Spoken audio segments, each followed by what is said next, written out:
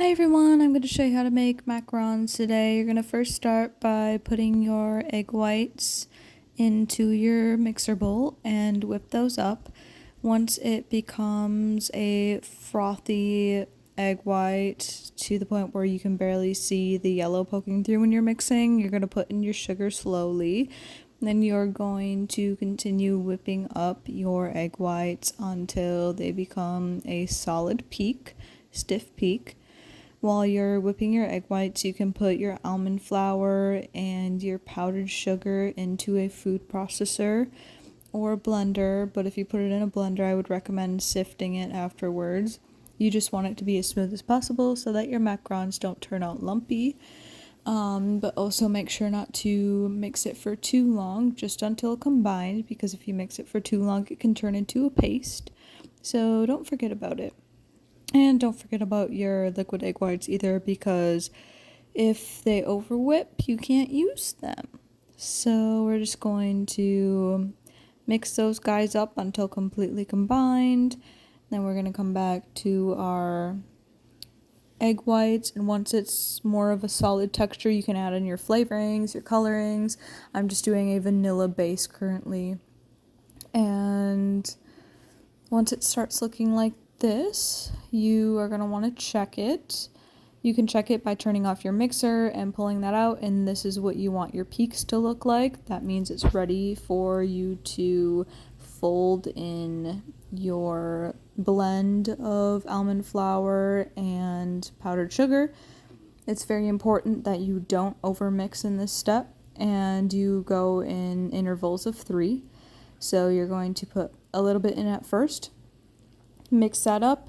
You're going to then turn off your mixer again, mix up another third of it, and you're going to want to fold with a spatula so that you get all of the egg whites off of the bottom as well, so everything is mixed in together.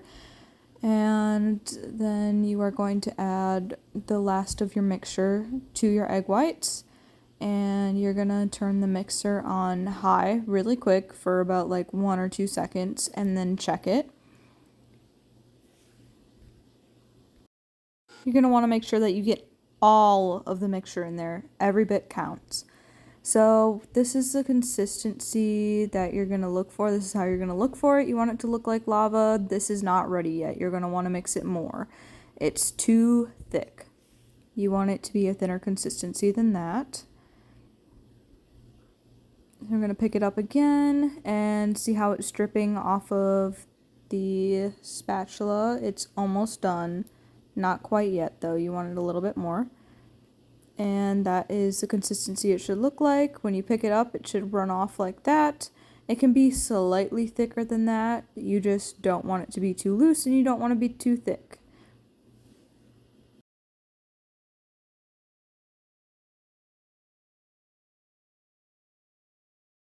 And now we're going to get a piping bag out, and we are going to fit it with a small round tip.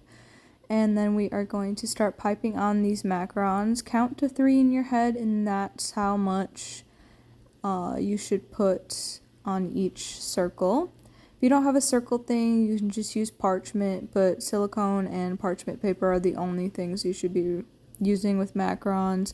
It's how they bake up well. And you're going to let these sit until the tops feel dry. So if you poke them and the top is stiff, that means that they're ready to go in the oven. If the top is not stiff and you get stickiness on your fingers when you poke them, then that means they have to sit out longer and dry longer. Otherwise, you risk cracking in the oven. And you are only going to want to put a little bit in your piping bag at a time so that you don't push all of the air out of the macarons. Otherwise, your macarons can be very flat. The last step before the drying process is you want to slam them on the counter once or twice. We basically do this just to ensure that there's no air bubbles. But if you slam them too much, then the macarons will go flat. They're very picky cookies. While the macarons are drying, you're going to want to preheat your oven to what your recipe says. I've let my macarons sit for about 30 minutes, and here I am poking it. See how I have nothing on my hand? That's what we want. They don't go down at all. Look how pretty they are. Now we're going to put them guys on the oven. We're going to bake them. I bake mine for 8 minutes and then I check on them, and then I normally end up baking them for another 2 minutes. But it always depends on your oven, because some ovens cook differently than other ones do. Some will cook a lot faster, some will cook a lot slower. Sometimes the oven temperatures are weird and half of the batch cooks and the other half doesn't. You just have to watch them and make sure that they're okay. They're very, very sensitive. So here I am checking on them. If they peel off of the silicone mat, it means that they're done. If you see like a little bit of browning at the edges, like very little, like a goldeny color, that's okay, but don't bake it any more than that, because that means they're done. Here I am starting to make the buttercream. I'm adding 2 sticks of butter. I forgot to plug in my mixer. Hold on. Okay, now that I finally got that plugged in, we are gonna start making the buttercream. I put about half a pound of butter in there. You don't need a lot of buttercream for macarons. All I do for buttercream is I mix butter, I put powdered sugar in to taste, and then I add vanilla. You can add any other flavoring you want. I use the Loran flavoring oils for the buttercream. They have some really good flavors, but they're very expensive, so depending on the kind of macaron you're making or the flavor you want, you might have to invest a little bit. Macarons are not the cheapest thing to make.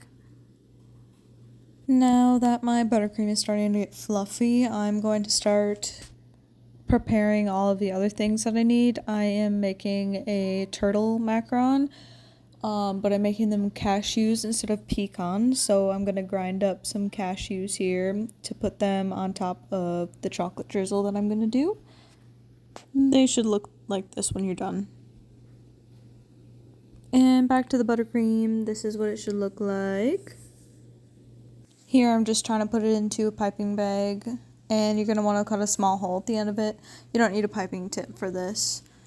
And I am just struggling to hold my phone to record this. Oh.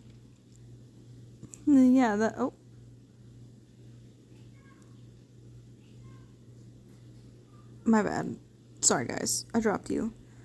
You just fill up the piping bag. You don't want to fill it too much if you have a small piping bag, because otherwise it's going to be hard to pipe it into the macarons. So just finishing that up. And then I'm going to melt some chocolate for the chocolate drizzle on top of the macaron shells. I think the bowl was wet. You never want anything wet to be in a container when you're melting chocolate, because otherwise the chocolate will seize and you will be unable to use it. You're going to want to go start with 30 seconds and then go by like 15 seconds and mix it, and then 10 seconds, mix it. You don't want to overheat your chocolate, otherwise it'll seize. I'm taking my macaron shells out of the freezer. That's how you're going to want to store them. You don't want to put them in the refrigerator or leave them out at room temp. Freezer will keep them better longer, and when you're ready to eat them, you just thaw them out for about 5 minutes. Here I am matching up all the pairs and making sure that I have matches for all the macaron shells. If there's a macaron, one half is too big and the other's too small, then all of the insides are just going to pool out. So you don't want that. You want them to look neat and pretty and gorgeous. Look at all these pretty macarons and their pairs.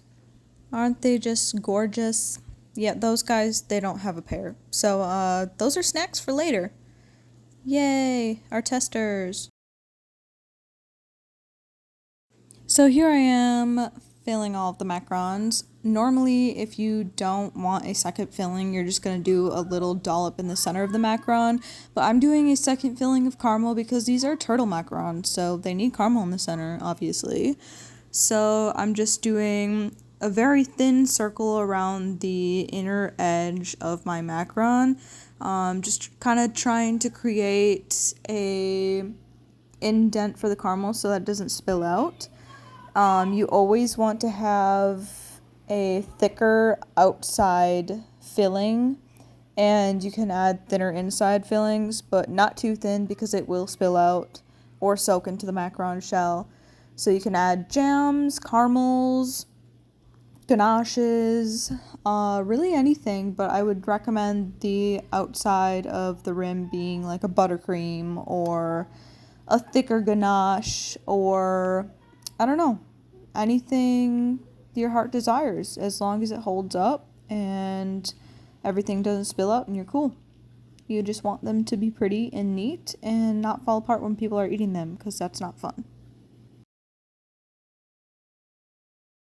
Now I'm just gonna come in with the second filling and gonna put just a small amount in the center of that kind of ridge I created. Caramel's messy, it's sticky, a little bit's gonna probably get on the outsides unless you take a very long time to do it, and that's okay.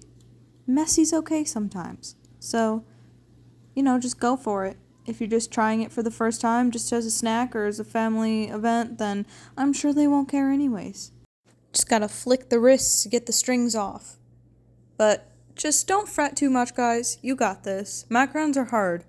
And if your first time doesn't turn out, that's okay. If you saw my first time, you'd be like, how did you even get here? How are you making macarons okay now? Hold on. I will show you my first time. Yeah, this is the then. And this is the now. The glow up's kind of crazy, right? Anyways, back to piping. So this is what I mean. Don't be afraid to try, because honestly, my first time sucked. But look at how I am doing now. Practice makes perfect with these guys. It's trial and error, honestly. You have to find a good recipe. You have to figure out all their quirks. But you guys got this. You got it. Now we're just smushing them together. See, look at the cute little guys. Smush them all together. Rip. That one toppled over. It's okay. He's fine. Smush them all together and just, marry them. They'll be happy. I promise. And then you get to finish the other decorations. It's time for the chocolate drizzle. Cut a very tiny hole. Okay? Tiny. Otherwise, you're going to have gloppy chocolate. Nobody likes that. You like a clean, nice, skinny drizzle. Okay, a skinny drizzle. Now remember, a skinny drizzle means your chocolate is gonna dry fast. So do a couple and then sprinkle it with your second topping if you have one. If you don't have one, that's okay. A nice chocolate drizzle is always pretty. But in this case, I am doing cashews on top. And sometimes the piping tip gets clogged up because it's a tiny hole. That's okay. Just squeeze it in between your fingers and it will hopefully pop out. I'm doing half of the macaron, not the whole macaron, because I feel like, to me, it looks aesthetically pleasing. But to others, maybe you want the whole thing done. That's okay too. It's an empty palette. You do you, boo. Here comes my favorite part, though. The ending, where you're finally almost finished. And you're tired because these things take a while. The cashew drizzle? No, it's not a drizzle. Crumble. The cashew crumble on top. The best part. The finishing touch. The Picasso. See, look at these guys. They're so pretty. We're almost done, I promise. Macarons have so many steps for no reason, but it's fine. We'll get through it. Every single one of these babies are finished now. They're beautiful, they're gorgeous, they're stunning. Look at them. Look at them shine. Now it's time to eat some. Yummy. Do you want a bite? They're bomb. Not to toot my own horn, but yeah. But But anyways, that's all for today. I hope you enjoyed the tutorial. Thank you for watching. Bye, everyone!